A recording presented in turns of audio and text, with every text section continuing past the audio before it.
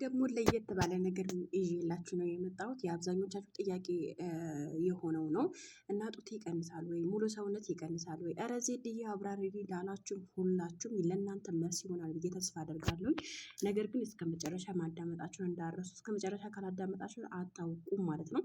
ስለዛ ዛሬ ይዤላችሁ የመጣሁት የሙሉ ውፍረት እና ደግሞ ከወገብ በላይ መክሳት ለፈለጋችሁ ሁላችሁም ይመለከታል ማለት ነው። ቪዲዮ ፎሎ፣ ላይክ፣ ሼር እያረጋችሁ ግን በተለይ ላይክ እያረጋችሁ ሼር እያደረጋችሁ ሰብስክራይብ እያደረጋችሁ ለብዙ ተደራሽነት እንዲኖረው በአክብሮትና በትህትና እጠይቃለሁኝ። ሀሳብ አስተያየታችሁ ኮሜንት ስራ አሳውቁኝ።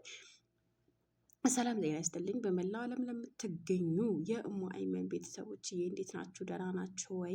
ሰላም ናችሁ ወይ? ሰላም ፍቅር አብዝቼ ለእናንተ እየተመኘሁኝ ዛሬም ደግሞ ይዤላችሁ የመጣሁት ለየት ባለ ነገር ነው። የአብዛኞቻችሁ ጥያቄ ነው። በነገራችን ላይ በቲክቶክ በውስጥ መስመር እየመጡ እየጠየቁኝ በጣም እኔ ጥያቄ መመለስ አልቻልኩኝም። ምክንያቱም የእያንዳንዱ ሰው ጥያቄ መመለስ ማለት በጣም ከባድ ነው። በቀን ከ1000 ከ2000 ሰው ጥያቄ አስተናግድ ማለት በጣም ይከብዳል። አንደኛ ምዳም ቤት ነው ያለሁት፣ ሁለተኛ ደግሞ በዳታ ነው የምጠቀመው እና በጣም እየከበደኝ ነበረ ያለው እና በውስጥ መስመርን መመለስ በጣም እጅግ በጣም ይከብዳል ማለት ነው። ያው የእድለኛ ሆኑ እየመለስኩ እገኛለሁ በተመቸኝ ሰዓት። እኔ ወላሂ ሌላ ቦታ ምናምን አልገባም። ቀጥታ ጥያቄ ከተጠየቁኝ ማለት ነው ቀጥታ የእነሱን ጥያቄ ለመመለስ ነው የምገባው እና አንዳንድ ጊዜ የኔም ዙሩፍ ማስቀመጥ አለባችሁ። እኔም እንደናንተው የመዳም ቅመም ነኝ። መዳም ቤት ነው የምሰራው፣ በዳታ ነው የምሰራው። ስለዛ ይሄን ነገር ደግሞ በውስጥ መስመር ከ1000 ሰው በላይ ማስተናገድ ማለት ጭንቅላት ራሱ ይጠይቃል ማለት ነው። ስለዛ ሌላ ስራ አልሰራም ማለት ነው። በቃ የእናንተ ጥያቄ ስመልስ መዋል ማለት በጣም ከባድ ነው ማለት ነው። ለማንኛውም ወሬ አላብዛባችሁ ውዶች። ቪዲዮ ግን መጀመሪያ እስከ መጨረሻ ካላዳመጣችሁት ምንም ነገር ልታውቁም አትችሉም። መጀመሪያ እስከ መጨረሻው ቪዲዮ ማዳመጥ አለባችሁ። ዝም ብላችሁ ሮጣችሁ ወይም ደግሞ ዝም ብላችሁ ግማሹን አዳምጣችሁ የምታገኙትን ነገር የምታገኙትን ጥቅም ስለሌለው ማለት ነው። እስከ መጨረሻው ብታዳምጡ ምንም ነገር የሚጎዳችሁ ነገር የለም። ጆሮአችሁ ላይ ሰማ አድርጋችሁ ወይም ደግሞ ማዳመጫ አድርጋችሁ እስከ መጨረሻ ብታዳምጡኝ በጣም ደስ ይለኛል። ምክንያቱም ውፍረት መቀነስ ማለት በጣም ከባድ ነው፣ መጨመር ደግሞ በጣም ቀላል ነው ማለት ነው። በሆነ ነገር ነው መጨመር። ስለዛ አጠቃቀሙን አሰራሩን አሁን ላብራራላችሁ። ከወገብ በላይ መክሳት ለፈለጋችሁና እና ደግሞ ጡታችሁና እጃችሁ አካባቢ እና ደግሞ ጡት ማጃውን ስታደርጉ ከኋላ ከጀርባችሁ ያለ ተርፍ ስጋ እሱን ለማጥፋት ከፈለጋችሁ በቀላሉ ሁኔታ እኔ ያልኳችሁ ነገሮች ማድረግ አለባችሁ። ያን ካላደረጋችሁ ደግሞ እከሳለሁ ብሎ ማለት አይቻልም።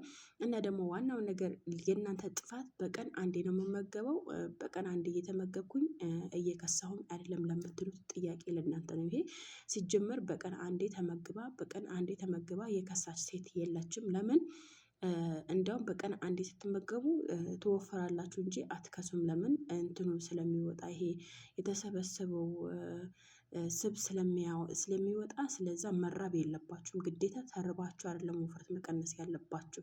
ሰው ተርቦ አይደለም ውፍረት የሚቀንሰው ማለት ነው። ሰው ተርቦ አይደለም ውፍረት የሚቀንሰው። በትክክል እየበላ በትክክል ስፖርት እየሰራ በትክክል የሚጠቀመው ነገር እየተጠቀመ ነው ውፍረት መቀነስ ያለበት እንጂ እናንተ በቀን አንዴ እየበላችሁ አንዴ ውሃ ጠጥቼ ነው ከቴምር ጋር ነው የምውለው። ጭራሽማ አንዷ ትላንትና ምን አለችኝ? አንዳንድ ጊዜ ሙዝ ወይም ብርቱካን በልቼ ነው የምውለው አለችኝ። እና የምመክራችሁ ነገር ካለ እናንተ ከቻላችሁ ምሳሌ ምሳችሁና ቁርሳችሁ አንድ ላይ አድርጋችሁ ድብን አድርጋችሁ ብትበሉ፣ የፈለጋችሁት ነገር ዘይት ያልበዛበት ነገር ያልታሸገ ነገር ብትበሉ ለበለጠ ይሄ ሊያግዛችሁ ይችላል ውፍረት ለመቀነስ ማለት ነው። ነገር ግን ዘወትር እናንተ በቀን አንድ የምትመገቡ ከሆነ አትከሱም ማለት ነው። ይሄ ማወቅ አለባችሁ መጀመሪያ ላይ።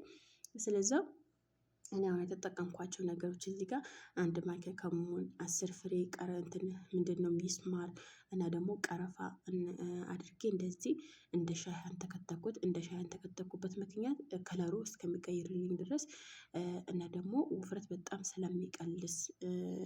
ስለሚቀንስልኝ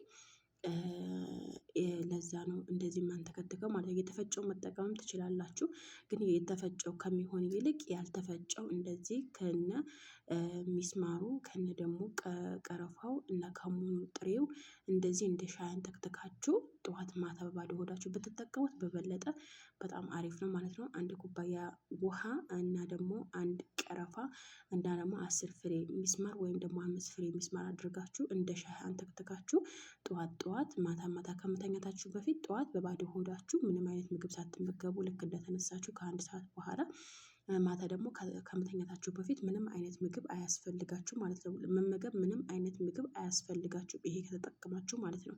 ከዛ በኋላ ምሳሌ አሁን ከጠጣችሁት በሁለት ሰዓት አካባቢ ምግብ ብትመገቡ የፈለጋችሁት ነገር ብትመገቡ አያድነው። ነገር ግን ያ ሆኖ ያለ አደራችሁን ዘይት የበዛበት ነገር ባትጠቀሙ አሪፍ ነው። ዝም ብላችሁ ዘይት የበዛበት ነገር የምትጠቀሙ ከሆነ ይሄ የሰራችሁትም ስፖርት የጠጣችሁትም ውህድ ገደል ስለሚገባባችሁ ማለት ነው። ዘይት የበዛበት ምግብ እንዳትጠቀሙ፣ የታሸገ ምግቦች እንዳትጠቀሙ፣ የተጠበሰ ሳምቡሳዎች እንዳትጠቀሙ እና በቃ በዘይት ውስጥ ገብተው የሚወጡ ነገር እንዳትጠቀሙ ማለት ነው። ሌላው ነገር ደግሞ ሩዝ ሊሆን ይችላል። ሩዝ በነጭ ሊሆን ይችላል፣ እንቁላል የተቀቀለ እንቁላል ሊሆን ይችላል፣ ሰላጣ ሊሆን ይችላል። የተለያየ ፕሮቲን የሆኑ ምግቦች ሞልተዋል ማለት ነው። ያው መዳም ቤት ሆዳችሁ ላታገኙትም ትችላላችሁ። ነገር ግን ያው ለእነሱ በምንሰራላቸው ወቅት ለእኛም በጎን ብንሰራ ምንም ይላሉ ብዬ አልገምትም። ያው የእያንዳንዱ ቤት ሊለያይ ይችላል ማለት ነው። እና ደግሞ ማታ ደግሞ ልክ በባዶ ሆዳችሁ ከመተኛታችሁ በፊት ከጠጣችሁት አንድ 10 ደቂቃ መኝታ ቤታችሁም ሆነ የእጅ እንቅስቃሴ እንደገና አሁንም ከወገብ በላይ መቀነስ ለምትፈልጉ በተለይ የእጅ እንቅስቃሴ ምናምን ብታደርጉ ለበለጠ መረጃ በጣም አሪፍ ነው ማለት ነው። በጣም የምመክራችሁ ነገር ደግሞ ካለ ውዶች የእናንተ የምትመገቡት ምግብ ላይ ፎከስ አድርጉ ማለት ነው። ያ ፎከስ ካላደረጋችሁ እከሳለሁ ብሎ ማለት በጣም ዘበት ነው ማለት ነው። ምግባችሁ ላይ ደግሞ በጣም ፎከስ አድርጉ። ምግባችሁ ከተስተካከለ ወላሂ ውፍረት በጣም ቀላል ነው ለመቀነስ ማለት ነው። ግን ውፍረታችሁ ሊቀንስላችሁ የምትፈልጉ ከሆነ ምግባችሁ ላይ ፎከስ ካላደረጋችሁ የፈለጋችሁ ነገር ያገኛችሁት ነገር የምትመገቡ ከሆነ ይሄ ዘበት ነው፣ አትቀንሱ ማለት ነው። ምክንያቱም አሁን ምሳሌ ጠዋት የምትመገቡት ምግብ ማታ መመገብ የለባችሁም፣ ደጋግማችሁ መመገብ የለባችሁም። ምሳ የምትበሉት እራት የምትመገቡ ልጆች አሉ። አሁን ምሳሌ እኔ እንደነገሩኝ ስለሆነ ነው። አሁን ምሳሌ የሆነች ልጅ ምሳ ሩዝ በስጋ ትበላለች፣ ማታ ሩዝ በስጋ ትበላለች። እንዴት ትከሳለች እቺ ልጅ? እና ደግሞ ቴምርም በቀን ማለት ነው። እንደገና አሁን ቴምር የሚርባችሁ ከሆነ ቴምር በወተት ብትመገቡ ወይም ወተቱና ቴምሩ አንድ ላይ ፈጫችሁ የምትመገቡት ከሆነ ወላሂ በጣም አሪፍ ነው። ይሄ ራሱ ምግብ የመዝጋት አቅም አለው ማለት ነው። እና ደግሞ የታሸገ ምግቦች ስላችሁ እነ ቱና አለ፣ በቃ በቆርቆሮ የታሸጉ የሚመጡ ምግቡ ተጠንቀቁ ለማለት እወዳለሁ። እና ደግሞ ዋነኛው ነገር ደግሞ እኔ የምመክራችሁ ነገር ማታ ማታ ቀለል ያደርግልናል። ብስኩት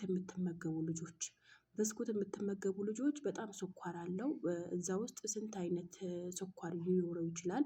እና ተቀምሞም ስለሚወጣ ስኳር አትመገቡ እላችኋለሁ ማለት ነው። እስኪ ለራሳችሁ ውሳኔ ሰጥታችሁ እስኪ ቢያንስ ማለት ነው ለሳምንት ያክል ስኳር እንዳትጠቀሙ ለ10 ቀን ብቻ እስኪ፣ ወይም ደግሞ ለ20 ቀን ስኳር የሚባል ነገር በአፋችሁ አታስገቡ። የዛኔ ለውጥ ታገኛላችሁ። መጠየቅ ለፈለጋችሁ ኮሜንት ስር ጠይቁ። መልካም ቆይታ። ወዳችኋለሁ።